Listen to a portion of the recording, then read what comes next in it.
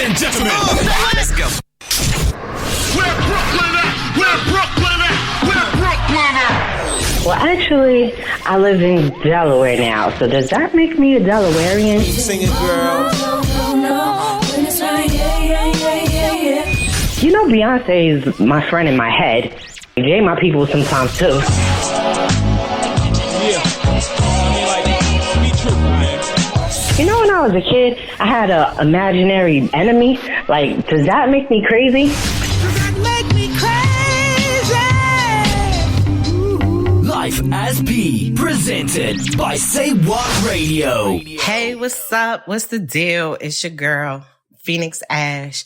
Welcome to Life is P. I'm your host. They call me P. If you're a first-time listener, thank you for checking me out. If you hear like echo or you hear me moving around and stuff like that, I'm trying to multitask.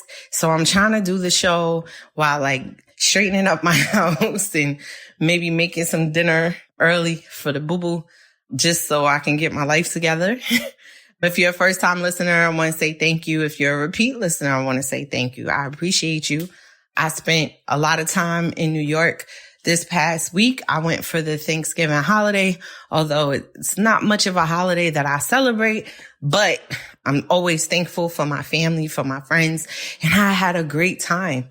I didn't do the traditional, like, go be with my parents and stuff like that. They got a lot going on at their house, and we agreed that, not this time.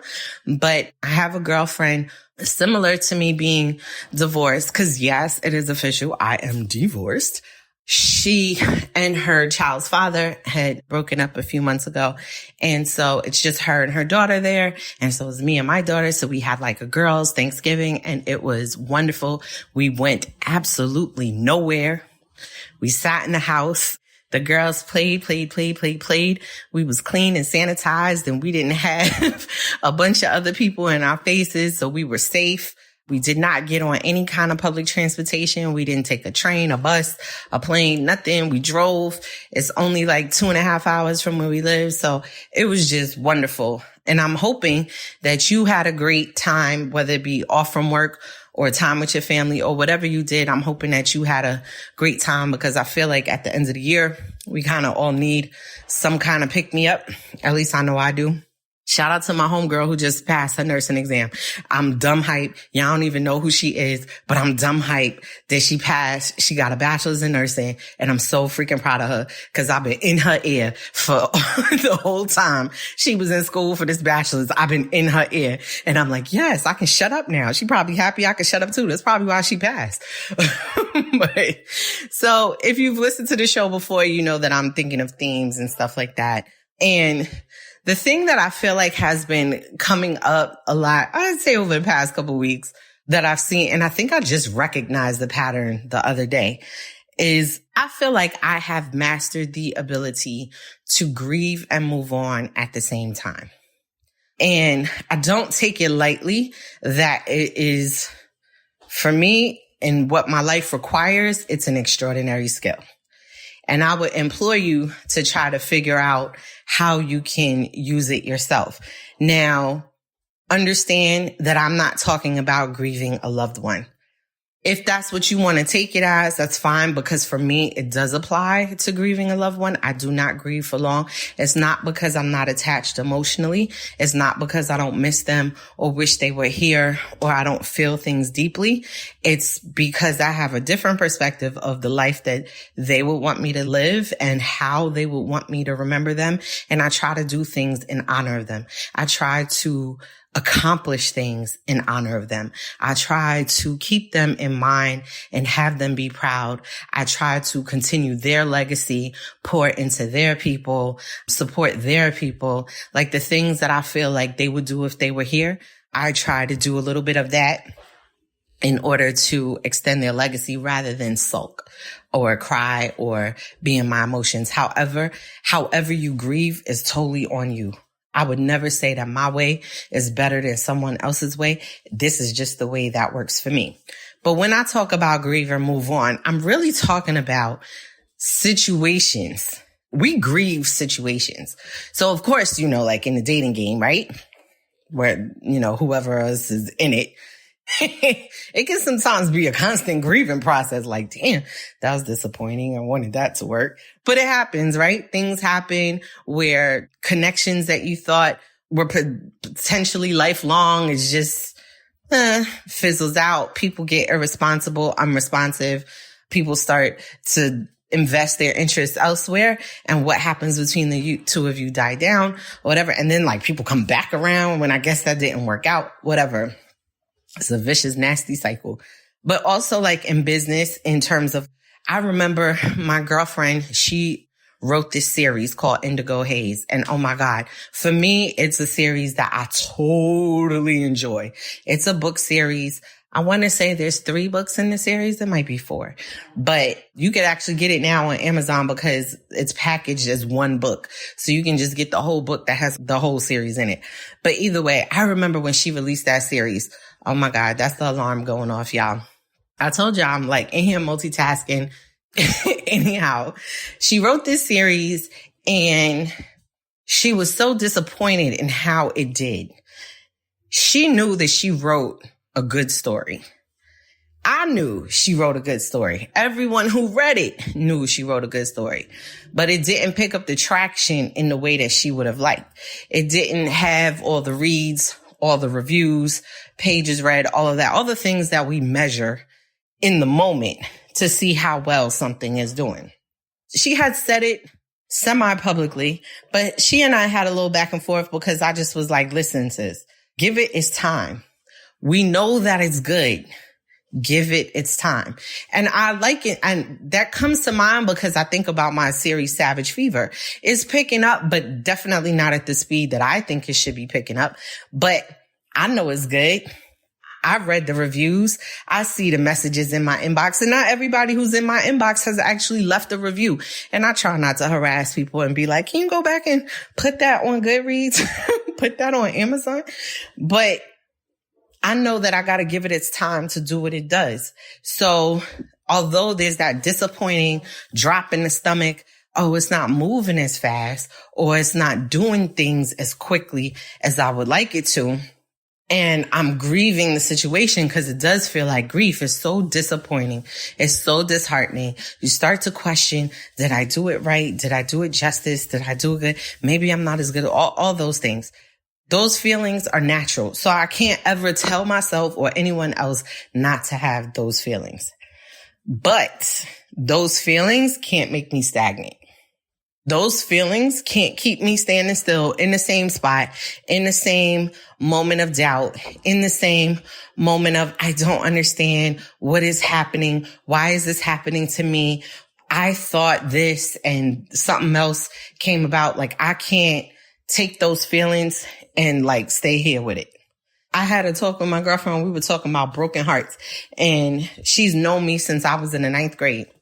And I'm like, I will not stand and sweep up the pieces of my heart. I'm picking up them pieces on the way. As I'm walking to the next destination that may possibly break my heart again, I am picking up the pieces along the way. Cause I'm like, let me get moving. Cause that's what makes me feel better, is to get moving. Once I see that I have a plan, once I see that I have a goal, once I set my sight on something else, the pain of my past feels further away. It does. And my past could have been yesterday or 2 hours ago, which is why, like, you know, in the whole dating game, right? You could disappoint the fuck out of me. Like, I'll be like, damn. But, you know, in an hour, I'm talking to somebody else because I'm like, oh, well, you know, I got to keep it pushing and call it what you may. I'll just be like, I don't have time to sit with feelings that didn't belong to you anyway. When things don't work, I just feel like one, it wasn't for me. 2, who are you that you deserve so much of my emotion that I should leave my emotion with you? Nah, I'm going to pick my stuff up and I'm going to go about my business. I'm not going to harass you. I'm not going to stalk you. I'm not going to cry behind you. I'm not going to run behind you. Even with business situations, there were people who came to me, was like, oh, I'm going to help you. Or, oh, do you want to turn your books into movies? Oh, I know this person. I can introduce you to this person. And that was all great until I found out that those introductions were hinged on a different kind of relationship. And me not finding you appropriate for me to have a intimate relationship with closes the door for me. Now I could run behind you and try to figure out how to manipulate, because that's what people do, how to manipulate the situation and make it look like I'm entertaining you, or to convince you to lend me the opportunity anyway. But that's just not my thing. That's just not the avenue I'm supposed to take. I never feel like one person has my whole destiny tied up in their one pocket. There's a lot of pockets around, guys. There's a lot of ways to get to where you're going. And sometimes the way you think is faster end up being longer. We talk about that with our parents right there. Like, man, you think you're taking a shortcut and then you end up doing something twice. So you take longer than what it would take you if you just did it straight up. Your time is your time. It's going to happen in your time. And I've talked about it on the show before, like trying to force things through only to be disappointed after you force them through, or only for it to be catastrophic after you force them through, is counterproductive. So I'm not trying to force anything. I'm trying to just go with what it is. But it's not to say that situations won't disappoint you. It's not to say that situations won't break your heart, won't leave you stuck, won't leave you feeling used, won't leave you feeling abused, all of that. All of that. And I say that in the most genuine way because, honey, I am super, super, super, super sensitive. My daughter's father will tell you something different, but that's just because he's dealing with a different woman right now after all we've been through. So he got short memory or something.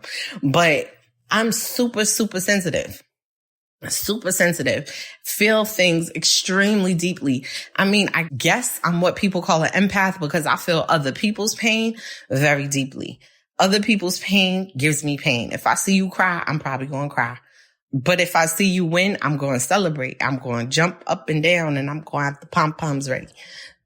But I can't stay in that spot. I can't stay in that grieving spot. Like, damn, that was the situation I wanted. It was a contest, a BET contest a couple years ago that I was trying to enter, and I was sending them my pitch for a television show, and I was ready. I had it. And I think I talked about it back then, but I had it. I was so ready. And the deadline for them to get back to me, I had not heard from them. And I just was like, oh my God. And the disappointment of like, I guess I didn't make it. But they were supposed to get in touch with me whether I made it or not.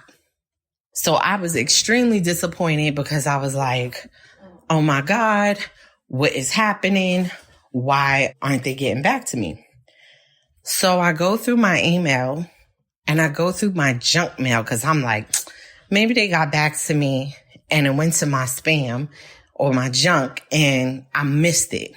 Well, honey, not only did they get back to me, but they got back to me right away because it was an automated message saying that my file was too big and they couldn't accept it in that way. So I had missed it altogether. If I would have got that message right away, I would have been able to fix the file size, resend, send how I'm supposed to, whatever. You want to talk about some grief? Shit.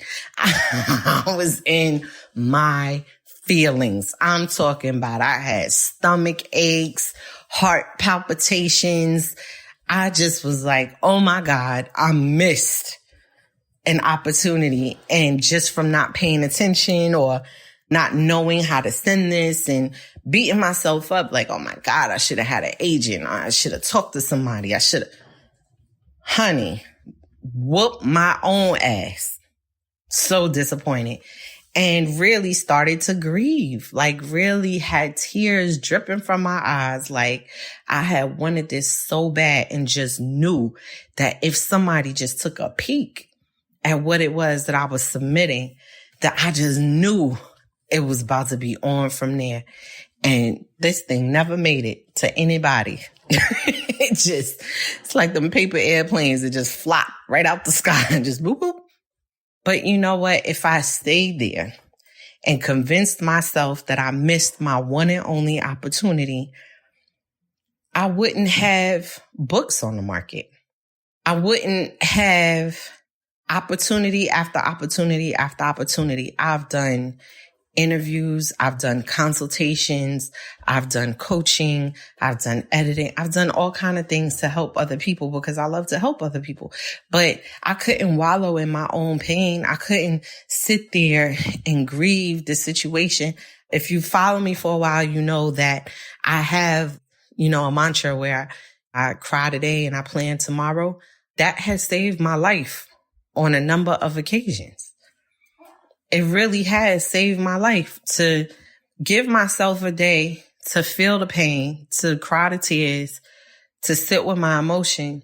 And sometimes I start the plan the same day, but definitely by morning, I have to sit down and decide, what am I going to do to move forward? Because I refuse to stay in a spot of pain. I refuse to stay in a spot of heartache. I have no idea when my life will end.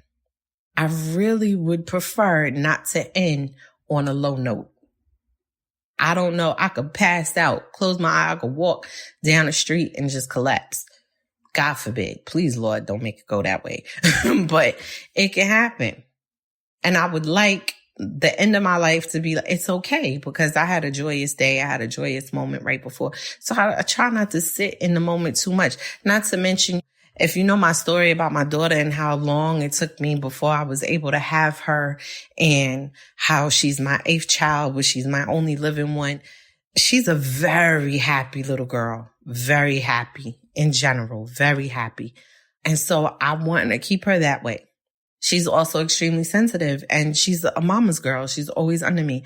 She not here for the pain. She want to know when you all choked up in your feelings and you can't talk. She don't know. She's like, why you not talking? What's wrong with you? Why you not talking? No sensitivity to the subject. What's wrong with you? Why you not talking? Can you talk to me, please? Talk to me. Talk to me, please. Talk to me. And I love that about her because one, it brings me into reality, right? That like my pain is becoming her pain. Okay. Because she feels shunned and she feels like you're not giving her attention or that for some reason you're not talking to her. And so she's starting to take it personal and she's like, what's happening? She don't like the change. And at 5, I feel like, look, I don't need to share too much pain with her because she can't process it or understand it in a way that's going to allow her to not internalize it and make it into something else. When she gets a little older or when I feel like she has a little more maturity, we can discuss the things, but I would prefer to discuss it through her own experiences and through her own pain, help her understand what she's going through as opposed to putting what I'm going through on her shoulders. Because what I'm going through is adult stuff and she's 5. She don't need to carry adult stuff at 5, not if I can help it. So I love that about her because she pulls me back into reality and it makes me know that like, you know what? I have her and she gives me joy. And I'm like, whatever else is going on and stuff like that, I'm going to have to figure out how to get my joy back on them angles because we ain't sitting here like that. I love that she's happy. I love that I'm happy. So I'm going to do what I can to perpetuate the happiness in both of our lives. And for me, that means that despite my grief, I have to move on. And sometimes I have to do it simultaneously. Most times for me, I have to do it simultaneously. I lost twin girls in 2014 due to preterm labor. And later that year, I lost my son through preterm labor. So I lost 3 children in 1 year. The next year, 3 months after I had my son, I found out I was pregnant again. And I was pregnant with Sadia. And oh my God, was I devastated because I was just not ready. Emotionally, I felt like I was not ready. But, she was my full-term pregnancy, fairly uneventful pregnancy, very eventful labor though. But there was no time to say, oh no, I gotta heal emotionally from them 3 kids. Did I seek therapy? Absolutely. I sought therapy. But that was me healing while I had to raise her. I still had to find a way to move on. I still had to find a way not to have her inherit this pain, have her inherit this emotional turmoil. I had to figure out how to move on. And I feel like it was helpful. Might it have taken me longer to heal for certain things? Definitely from the loss of my children. It did take me a long time to heal from that.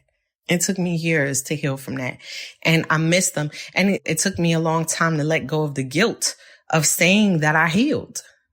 Because, you know, people will make you feel like, well, you didn't really care about them. How do you heal from that? How do you move on from losing your children? And it's just like, well, it's not that I don't miss them or wish that they were here or love them any less. It's just that I'm not going to sit in pain. I'm not going to take a bath in it. I'm not going to bathe in my pain. I'm going to shower myself with joy so that I can show them in the universe, you can be happy. You can be happy. I'm a believer in heaven. I'm a believer in angels, and I'm a believer in people who have gone on before you, looking down on you or passing you as spirits. I believe a lot of stuff. But in general, even with my living child, the gift that I feel like I can give you that would be the most significant is for you to be able to live your life without the burden of mine. I don't want my child to grow up thinking she has to take care of me. I want to take care of myself. I want to assist her with taking care of her family until she's able to do it on her own and then continue that legacy. I don't want her to have to turn around and say, my mother can't pay her bills. My mother can't pay her mortgage. I got to do this I got to work twice as hard so I could take care of my mother. I don't want that for her. I want her to have the freedom to go on and take care of her folks, her people, not her folks like parents, but her people. And, you know, her father and I have very different concepts of that. But for me, I don't want her thinking she got to take care of me and move me into her house and disrupt how her family go to take care of me. If she does it, that's fine. Out of love, that's fine. But I don't want her to have my life as her burden, because the decisions I make and how I live my life is not her fault. That's me being my own person. And that's the gift. My aunt who raised me, she's more than able to take care of herself. Would I take care of her? Absolutely. Absolutely. But I don't have the burden of feeling like it's necessary or I have to. I have the love to say, I want to. It's not a burden. I would do anything for you. But I don't expect Sadia to have that. If she has it, fine. If she doesn't, that's fine too. I don't love her any less because I raised her to be independent and to go live her life and create a family of her own. And just know that her mother will always love her and will always have her back. But without the moving on, you don't gift your children that. And you need to gift yourself that. It's such a burden to have to handle relationships, business ships and whatever, all kinds of relationships. It's such a burden to have to go at them with referencing all your old pain. It's such a burden to be like, okay, wait, let me check you against this list of pain. Let me see who you are. You know, I met a lot of people who acted like they solid, but they not. I met a lot of people who act like, you know, oh, I tell it like it is. I'm upfront or whatever. And it's full of shit. You ain't that. You ain't that at all.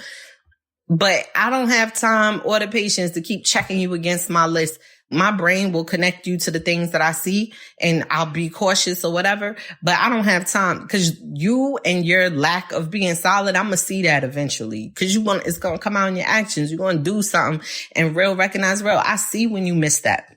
I see that. I see when your words and your actions don't line up.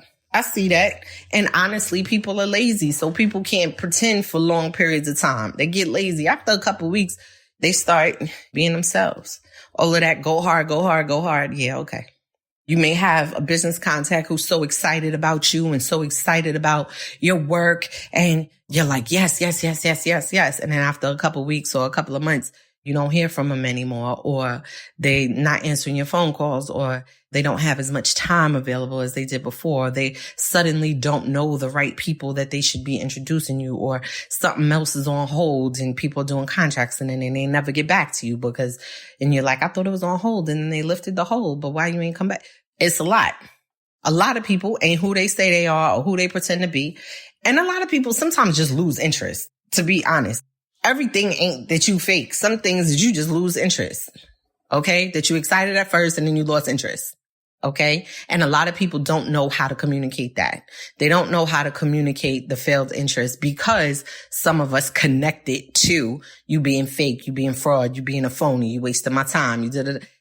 Sometimes it's just clearly just a lack of interest. Something happened or something interested them more. And because we fight against it because our ego is so bruised, we have to say something is wrong with that person or in order for them to have not liked us longer or liked my work longer or wanted to invest in me longer. Like sometimes it ain't that. Sometimes it ain't that. And so we have to manage our ego as well to know that people should have the space to change their mind.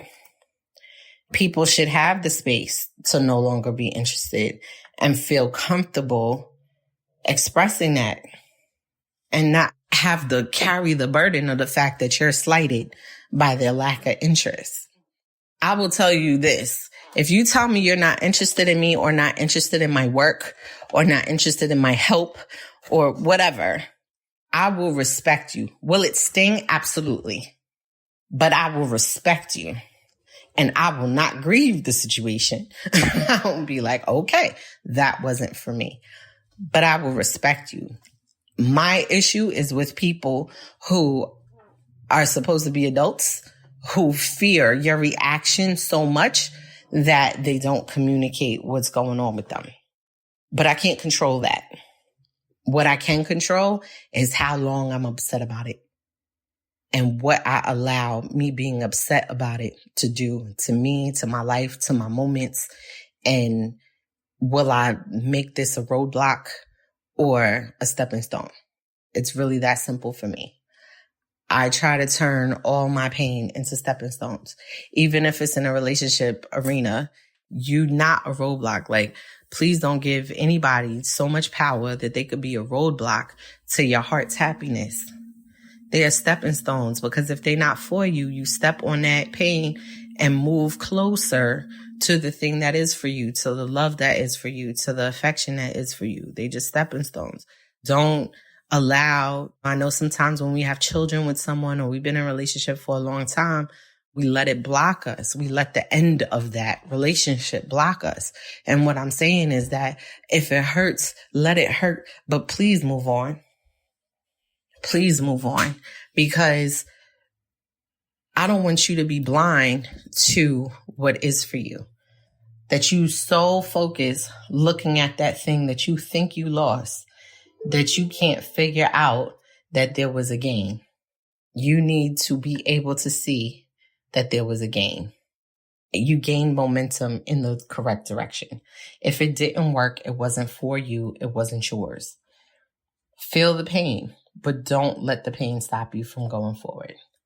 That is the gist of everything I wanted to say. I know you're like, well, P, why you had to have this whole long show? You could have just said that in a snippet on Instagram. I probably could have, but you know I like to talk. Anyway, if you're interested in reading Savage Fever, it is so dope. There's 3 episodes out now. It's very much like television, so it's done in episodes. It's quick reads. Probably take you about a half an hour to read each book.